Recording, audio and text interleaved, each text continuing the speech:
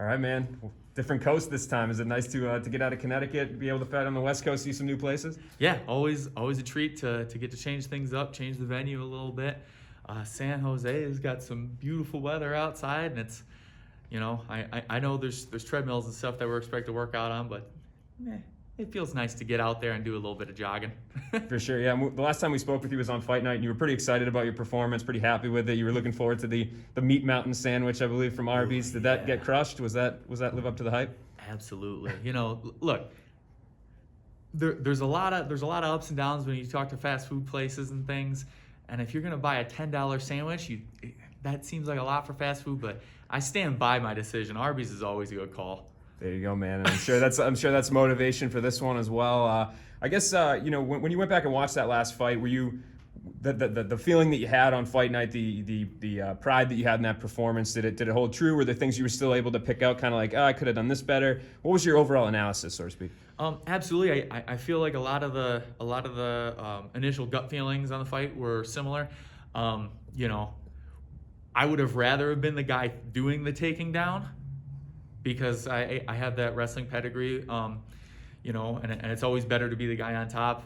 But I stand by, even though when we consider MMA wrestling, we always think of the guy that's getting the takedown or the guy that's throwing in the double real quick, but there's a lot more to wrestling.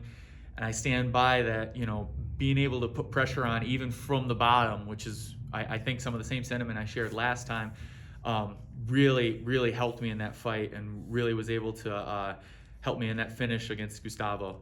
Yeah, and your opponent, Grant Neal, he's kind of known for also liking to kind of take the fight to the ground. Do you expect him to try that with you, or do you think that he'll be kind of wary of your submission skills? Because he's kind of a smaller guy, right? Mm-hmm. He's kind of compact, so kind of break him down for me and what you're expecting to see out of him.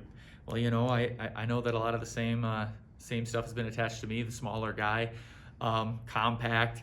And it's going to be interesting just seeing where we end up going. And in terms of his game plan, it may sound a little silly giving away mine, but mine's basically see him each time. I'm trying to stay close. I'm trying to do damage. And whether that's, some dirty boxing, or if it stays close and sticks to the ground, I'm more than happy to play that game with him. Really just hoping to keep it tight and get some wearing and tearing and do some damage. Is it weird fighting somebody like you just mentioned? You're usually the compact guy in the equation. Is it weird fighting somebody that's kind of a smaller body type for this division as well?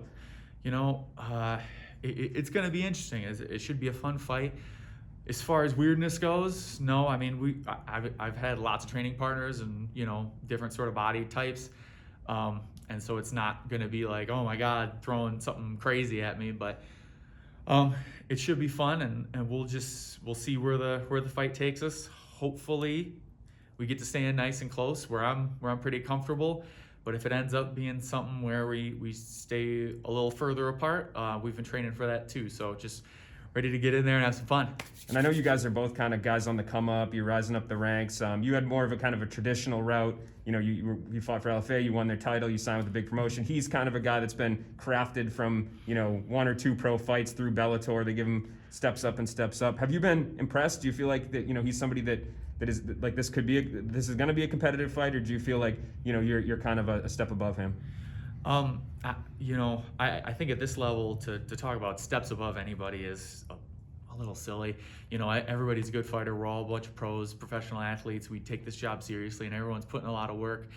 I know that he has this undefeated record, and he wouldn't be where he is if he wasn't a good fighter. And I'm just excited to be able to test my skills against him. Where do you think a win over him would put you in the division? Do you think it sets you up for kind of a big fight? Would it be embarrassing if I told you that? I don't really know. I don't do too much of the following of the rankings. Yeah. I'm here to have a good time and punch people without getting in trouble. So as far as rankings and the next fight in, not a lot of thoughts going on there. Certainly fair, man. Well, I wish you the best of luck. I wish you best of I hope the Meat Mountain sandwich comes to fruition again.